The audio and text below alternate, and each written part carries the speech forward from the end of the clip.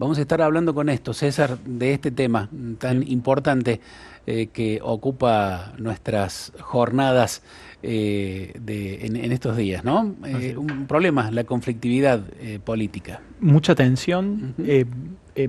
situaciones que impiden básicamente esto que estás señalando vos del diálogo entre los distintos actores.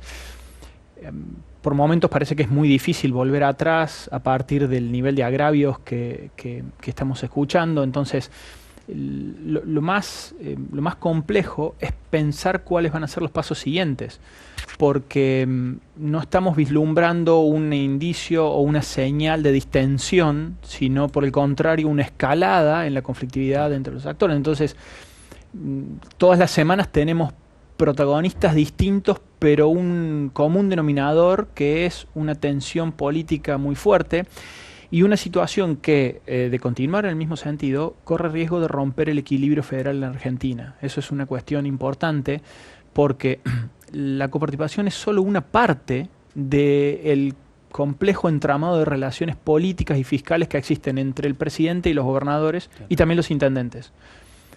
Entonces, se está rompiendo uno de esos pilares fundamentales que sostiene esa relación entre estos tres niveles de gobierno. Argentina es un país federal, le reconoce la autonomía a las provincias y a los municipios, pero también esa autonomía en lo político y en lo institucional va acompañada de un conjunto de relaciones fiscales de impuestos que recauda un gobierno y que les transfiere a los otros. Básicamente, impuestos que recauda el gobierno nacional y le transfiere a las provincias, y una cosa similar que hacen las provincias con sus propios municipios. Claro.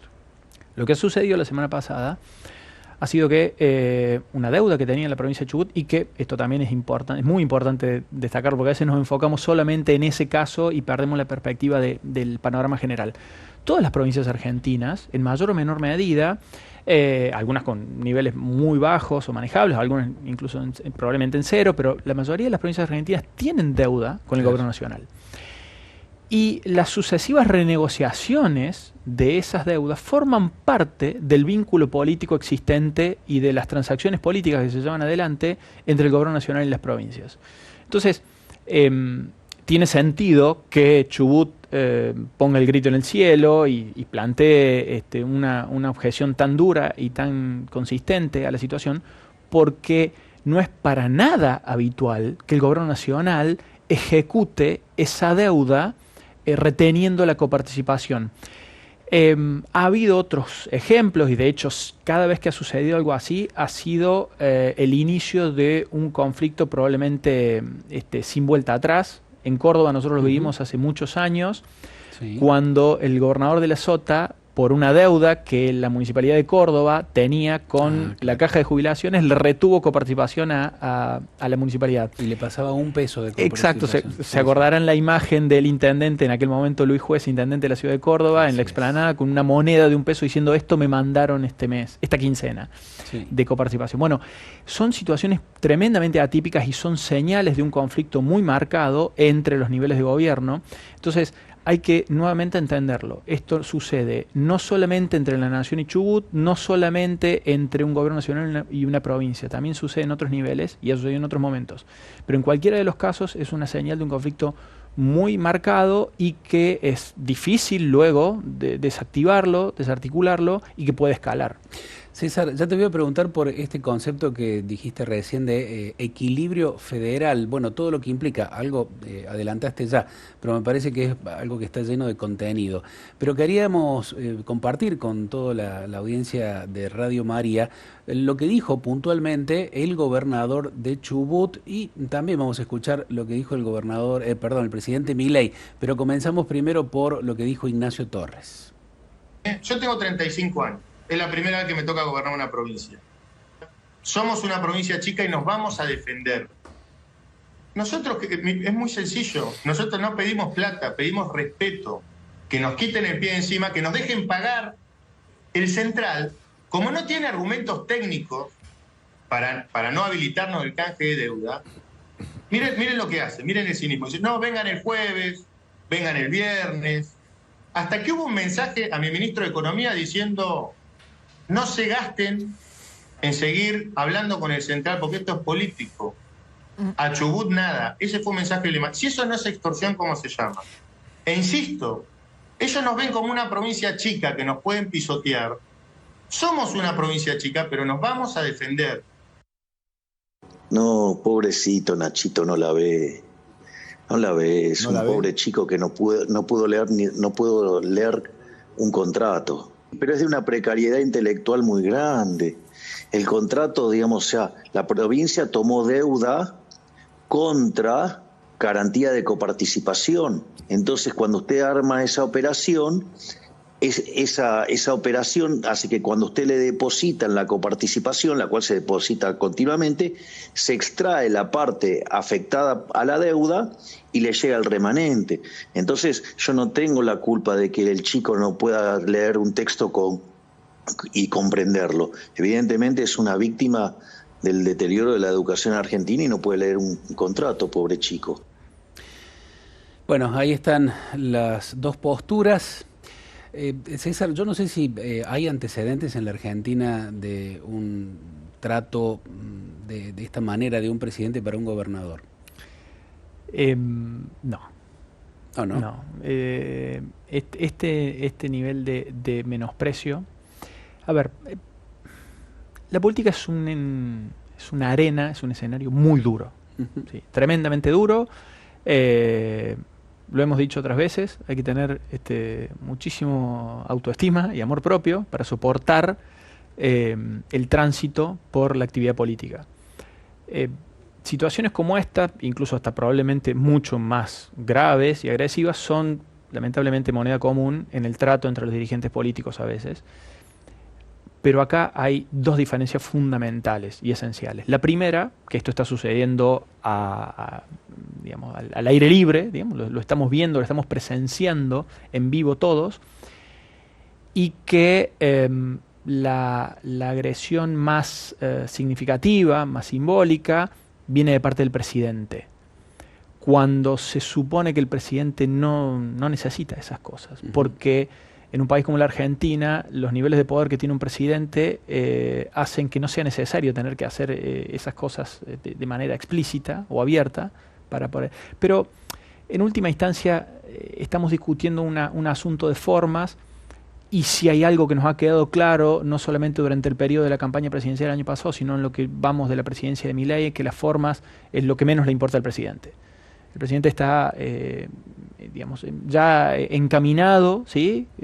Envalentonado en un tono y en una forma de no solamente de tratar a los demás actores del sistema político de manera abierta y explícita, sino también en la cotidianeidad de la relación, probablemente hasta con sus propios ministros, según algunas de las señales o trascendidos que tenemos, de manera tal de que casi que, lamentablemente, esta puede llegar a ser la moneda común, ¿sí? El criterio corriente de lo que vaya a ser el debate público en la Argentina de aquí en adelante.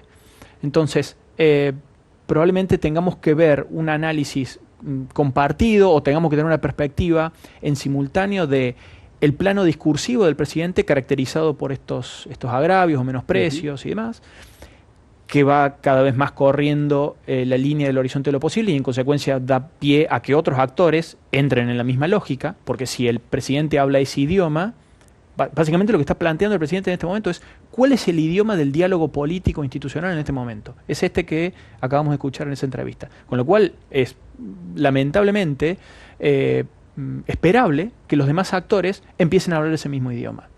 Y en simultáneo, en paralelo, tenemos la dinámica de las decisiones, ¿sí? Semanas atrás un colega cordobés periodista de ustedes hablaba algo así como no escuchen lo que dicen, sino miren lo que hace. Bueno, lo que sucede es que lo que hace no se diferencia en gran medida de lo que dice. Porque, por ejemplo, esta decisión de retenerle la coparticipación a la provincia de Chubut es parte de las agresiones institucionales, por así decirlo, ¿sí? De los ataques. Políticamente violento o económicamente violento, digamos, de acuerdo con antecedentes. Digo, completamente, completamente. Claro. César, ¿y se puede, es viable por ahí suena fuerte, digo, pero es viable una gestión de gobierno en el marco de crisis que tenemos en la Argentina, que en lugar de solucionar los problemas los profundice? Tiene perspectivas de de mejorar la situación si se da en esos términos, si no hay disposición para sentarse a solucionar los problemas, a consensuar temas, a dejar de lado el interés propio para privilegiar o priorizar el bien común. No se puede gobernar por decreto, no se puede decidir por Twitter, no se puede dialogar a través de medios o entrevistas en las cuales lo único que sucede o lo único que se expresa son agravios. Claro. Entonces esa es una primera idea que debe ser, al menos sería importante que la mayoría de los actores lo tengan en cuenta. Sobre todo para no entrar en ese juego. ¿Sí? Lo que pasa es que es muy difícil, ¿no? Naturalmente. De hecho, ya hemos visto los gobernadores cómo han tenido que en muchos casos ir a ese terreno para poder disputar con el presidente. Porque los otros canales tienen otros tiempos. Decías vos, esta semana la provincia de Chubut va a recurrir a la corte para... Bueno, ya pasó una semana y... Claro. ¿Sí? Entonces... evidentemente el terreno en el cual el presidente se siente mucho más cómodo, ¿sí? Que el terreno de las redes sociales y eventualmente de los medios que le hacen estas largas entrevistas, es el terreno en el cual él se siente cómodo, entonces lleva el debate y la discusión política a un terreno en el cual se siente más fuerte, más cómodo, más con mejores elementos para disputar ahí. Pero vos hacías una pregunta acerca de la viabilidad o la factibilidad. Bueno, ese es un interrogante al que cualquier respuesta es más una intuición, una especulación que una certeza, porque no tenemos grandes certezas de hacia dónde va a continuar no solamente el rumbo político, sino también institucional del gobierno, porque básicamente todo el tiempo estamos teniendo señales, incluso en algunos momentos contradictorias. Habrá que ver, y eso es un gran interrogante, cómo se termina desactivando la situación de Chubut. Ya hay indicios de aparente distensión por parte del gobierno nacional, pero expresados por otros canales, en simultáneo a que el presidente sigue subiendo la apuesta. Yo creo que podemos sacar alguna lección del pasado. Vos decías, estamos viviendo una crisis muy significativa en la Argentina. Entonces, la pregunta es si es esta la forma en la cual podemos llevar adelante o cómo podemos sobrellevar esta crisis. Hay una pista de lo que sucedió luego de la crisis del 2001, cuando el quiebre político, institucional y fundamentalmente social era incluso mucho peor que el que estamos viviendo en estos momentos. Y acordate la iniciativa del diálogo argentino, ¿te acordás? Fue una iniciativa que llevó adelante entre el Programa de Naciones Unidas para el Desarrollo y otros organismos de la ONU, la Iglesia Católica, y fue la iniciativa del diálogo argentino. Fue probablemente la salida de la crisis del 2001, ¿sí? Sobre todo lo que sucedió durante el año 2002, no haya tenido que ver estrictamente con esa iniciativa del diálogo, pero era una señal en términos políticos e institucionales. La convocatoria a actores de distintos espacios, claro, empresariales, sindicales, de movimientos sociales, políticos naturalmente, religiosos, para convocar a dar una señal de unidad, ¿sí? Entonces, frente a una crisis que había roto el sistema político y social, no nos olvidemos, el poder presidencial no se podía mantener, toda la sucesión de presidentes que se dieron entre diciembre y enero, de diciembre de 2001 y enero del 2002, hasta que llega Duhalde finalmente, ahí había un resquebrajamiento de lo institucional, había una crisis política y fundamentalmente social muy fuerte y económica. Entonces, se dio una señal de unidad, ¿sí? Bueno, no estamos viendo una señal similar y eso es probablemente lo más preocupante. No estamos generando aperturas hacia el encuentro lateral entre todos, sino que coexisten instancias de agravios y de cuestionamientos y de escalada del conflicto con lo que son problemas emergentes todo el tiempo. Se había hablado de la posibilidad de que, bueno, en razón de los problemas que tuvo el oficialismo para conseguir la finalmente fallida ley ómnibus, Milei se acercara en todo caso a Macri, se habló de un eventual acuerdo allí político para sumar algunos votos y ver si mediante alguna negociación se podría avanzar o el oficialismo podría tener votos prestados. Sin embargo, en el medio de este conflicto con Chubut, al parecer el expresidente Macri estaría respaldando al gobernador chubutense, no así Patricia Bullrich. Digo esto para decir que se alejaría la posibilidad de este eventual acuerdo que se estaba gestando entre Milei y Macri para obtener fondos. Se complica también por allí lo que puede pasar en el Congreso de la Nación en un futuro, porque además los gobernadores de distintos partidos también por su parte están apoyando el reclamo de Chubut. Hay una expresión, la expresión del tembladeral. El piso se está moviendo, entonces están todo el tiempo los actores intentando retomar algún tipo de equilibrio que les permita mantenerse en pie, cuando en realidad todos los demás también se están moviendo. Entonces, lo que hace un par de semanas parecía un acercamiento de Macri y un sector del PRO hacia el gobierno de Milei, a la semana siguiente teníamos señales de que no, de que ese acuerdo no se iba a dar y que al parecer Macri está apoyando al gobernador de Chubut, Torres. Entonces estamos todo el tiempo con todos los actores dando señales de incertidumbre, que no dan certeza. Es decir, no estamos viendo una estrategia coordinada y sobre todo sostenida por parte de los diferentes actores en el sistema político que pueda darle previsibilidad a el devenir de las circunstancias políticas. Arrancamos la conversación hablando de la ruptura del equilibrio federal. Ese equilibrio federal, como decíamos, es un equilibrio que ha estado montado durante muchos años en un pilar, que es el régimen de coparticipación, pero después un montón de otras relaciones paralelas y simultáneas, muchas veces eficientes y en otras muy deficientes, subóptimas, de parches y situaciones parciales, pero que han mantenido a flote el sistema político y las relaciones políticas entre la nación, las provincias y los municipios.